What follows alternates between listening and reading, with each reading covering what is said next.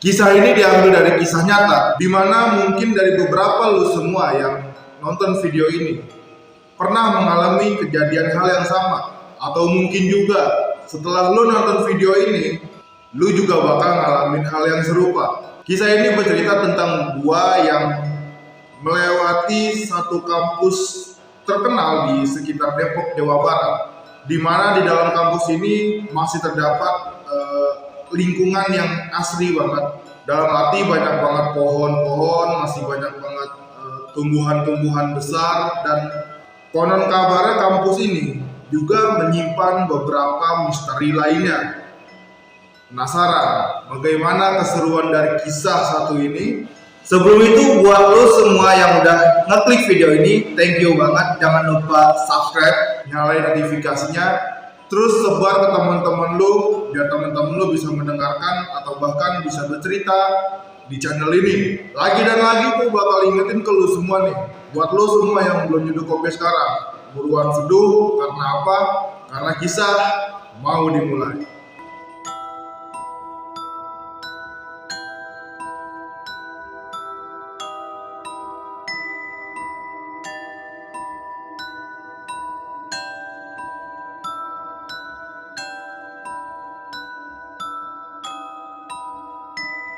Kisah ini terjadi sekitaran tahun 2015, di mana gue waktu itu masih kerja di sekitaran daerah, tepatnya Mampang, Jakarta Selatan.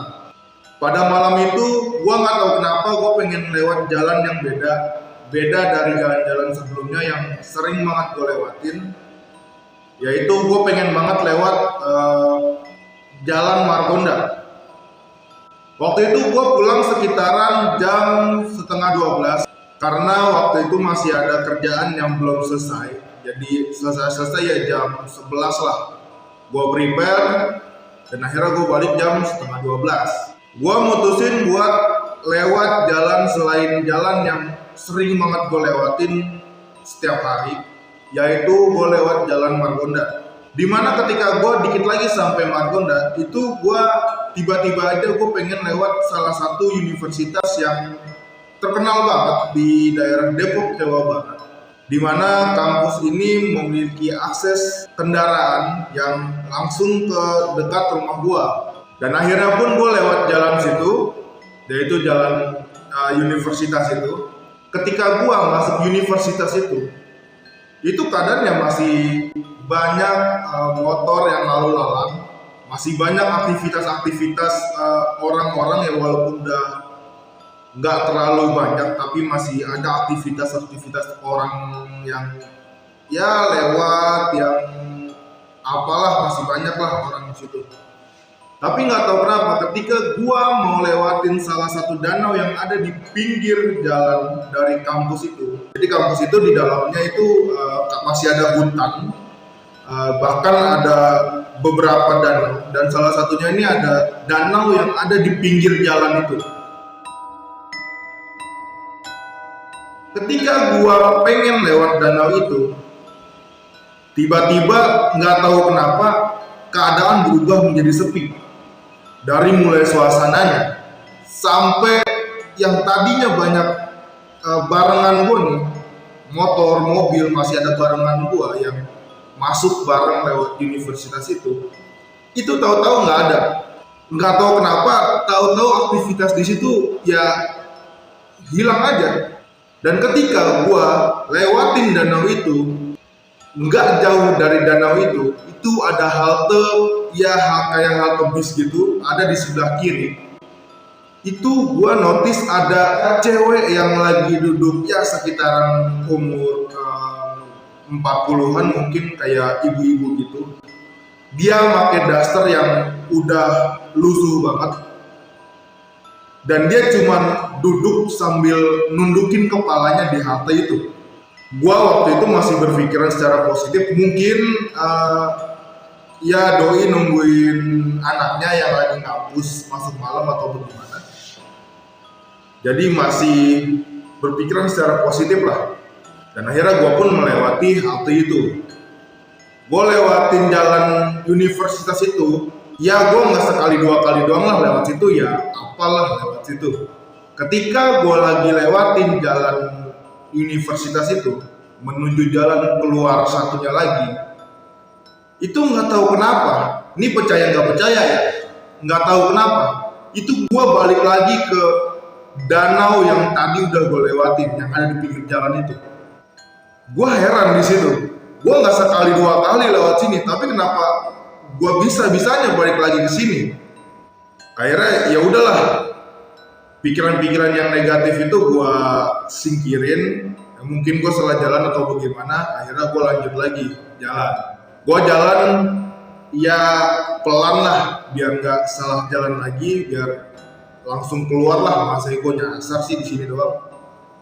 Tapi yang gue notice, ibu-ibu yang ada di halte tadi itu masih ada dengan posisi yang sama. Itu nundukin kepalanya, dan by the way suasananya pun sama kayak yang tadi, sepi banget, nggak ada aktivitas ataupun kendaraan-kendaraan yang lewat, itu nggak ada sama sekali. Jadi kayak emang gua doang yang ada di situ dan ibu-ibu tadi. Dan ibu-ibu itu pun masih dengan posisi yang sama, nggak berubah sedikit pun. Akhirnya ya udahlah, gua lewatin dia dan gua jalan lagi dengan pelan-pelan. Gue jalan pelan-pelan biar nggak salah jalan lagi, karena ya gue udah capek banget lah kerja seharian sampai pulang larut malam, masa ya gue pakai nyasar di sini. Akhirnya gue jalan dan lu tahu nih yang nyebelin banget, gue lagi-lagi balik ke danau itu yang gue nggak tahu gimana prosesnya sampai gue balik lagi ke danau tersebut. Gue di situ bingung dan wah, kenapa sih? Kenapa sih? Apaan sih? Gue bisa balik lagi di sini, ngapa sih? Akhirnya ya udah, gue putusin buat gue sebat dulu lah. Gue sebat dulu di situ, gue standarin motor, gue sebat dulu. Ya gue buat nenangin pikiran dulu lah. Sebat dulu, istirahat dulu. Lagi enak-enak sebat nih, gue bakar rokok, sebat. Itu kira-kira ya setengah batang lah. Itu di kaca spion gua, di kaca spion gua nih sebelah kiri nih, itu ada ibu-ibu yang tadi duduk di halte itu ada di belakang motor gua. Emang agak jauh kan, sekitar ya 20 meteran lah, lumayan jauh kan ya. Itu ada di belakang gua, tapi posisinya dia nggak nunduk. Dia nggak nunduk sama sekali, dia berdiri dengan muka yang menghadap spion gua. Seakan-akan gua sama dia tuh tuker pandangan di spion itu. Dan yang gua notice adalah baju dia itu kayak ada macam cairan gitu yang netes ke bajunya. Dan yang gua notice lagi adalah mukanya nggak normal. Jadi kayak ada keriput-keriput gitu di mukanya. Tapi bukan keriput juga, maksudnya kalau keriput itu kan ya kelihatan lah ya kan keriput gitu. Tapi ini bukan keriput pada dasarnya orang yang sudah tua, tapi lebih ke kulit yang bisa dibilang meleleh kali ya, meleleh dengan darah yang netes di bajunya itu. Itu sepersekian detik gue tatap-tatapan lah di spion itulah. Pada akhirnya ketika gue lagi fokusin mukanya, itu tiba-tiba doi udah ada di belakang motor gue, itu dekat banget sama spion. Wah, udah gak beres, udah kacau semuanya. Gue buru-buru gua merokok, udahlah gue jalan lah, gue nggak pakai helm di situ, helm masih di motor gue nggak pakai helm di situ, gue buru-buru cabut dari situlah.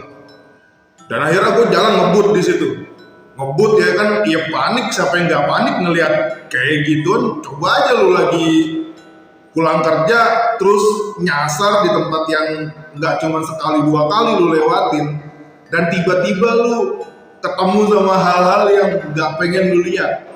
Dan akhirnya ketika gua udah lewatin halte yang tadi ada ibu-ibu duduk itu, perlahan-lahan suasana udah mulai ada motor yang nyalip gua, ada mobil yang nyalip gua, dan akhirnya suasana pun udah kembali normal lagi.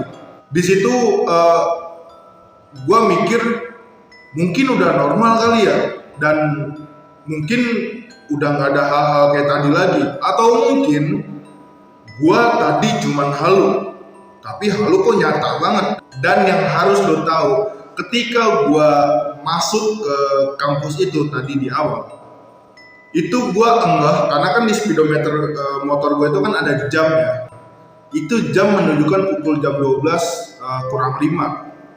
Ya sekitaran jam 11 lewat 55 lah, jam 12 kurang 5. Itu ketika gua udah ngalamin hal yang tadi, yang nyasar lah, yang ketemu sama begituan lah. Itu gua nyasar sekitar 2 kali itu ya nggak sebentar dong, dan butuh waktu lah buat gua ngelilingin tempat itu sekitar 2 kali apalagi. Itu di speedometer gua jam menunjukkan pukul 12 lewat 15. Gue itu cuma 15 menit, sementara dari pintu masuk universitas itu menuju ke danau itu paling 10 menit doang jalan santai naik motor, bahkan nggak sampai 10 menit. Berarti kan bisa dibilang ya nggak logis dong, gue masa muterin daerah situ yang notabene tempat itu luas banget, masa cuma beberapa menit aja. Tapi ya itulah yang terjadi. Akhirnya gue alhamdulillah bisa keluar dari kampus itu. Ada beberapa kendaraan juga yang bareng sama gue waktu itu, dan akhirnya ya udah gue pulang dan istirahat. Besokannya kebetulan gue libur, jadi ya gue putusin buat nongkrong lah siang-siang. Ada beberapa temen gue yang kebetulan dia ngampus di kampus itu, jadi dia salah satu dari mahasiswa kampus itu. Gue cerita sama dia, kebetulan gue baru ngalamin hal-hal yang di luar nalar itu di kampus dia. Ya udah gue sekalian lah cerita sama dia. Bre, begini itu gue jelasin semua, dan tanggapan dia cuman, oh emang udah biasa di situ. Kan ngeselin banget ya. Berarti nggak cuma gue doang dong yang ibaratnya nyasar di tempat itu, dan berarti apa yang gue alamin itu real. Gue nggak halu, karena bukan gue doang yang udah ngalamin kejadian kayak gitu. Udah beberapa orang berarti yang ngalamin hal yang di luar nalar kayak gitulah. Akhirnya habis kejadian kayak gitu, gue nggak pernah lagi namanya lewat kampus itu. Itu lewat dari jam 12. Ya gue kalau misalnya ke kampus itu ya antara waktu libur itu pagi-pagi kalau gue pengen olahraga. Kebetulan kampus itu kalau pagi itu jadi ya, kayak sarana olahraga gitulah. Banyak orang-orang sekitaran Depok, bahkan di luar Depok itu kayak olahraga lari pagi di kampus itu, karena emang suasananya itu masih alam banget, masih banyak pohon-pohon yang bikin udara itu seger banget kalau pagi hari. Oke bre, mungkin segitu aja ya kisah kali ini. Buat lo semua nih, gue harap sih nggak ada yang ngalamin kejadian hal yang sama ya kayak yang gue alamin. Dan pelajaran apa yang bisa kita ambil dari kisah kali ini? Mungkin ketika lo melewati suatu tempat yang notabene itu bukan tempat lo, atau memang yang tempat itu ketika malam itu udah beda banget suasananya, gue saranin ya sama lo semua nih, permisi deh. Karena gue waktu itu gue akuin gue nggak permisi, gue nggak ya cuek-cuek aja. Apalagi waktu itu kenapa gue racing kan, mungkin mengganggu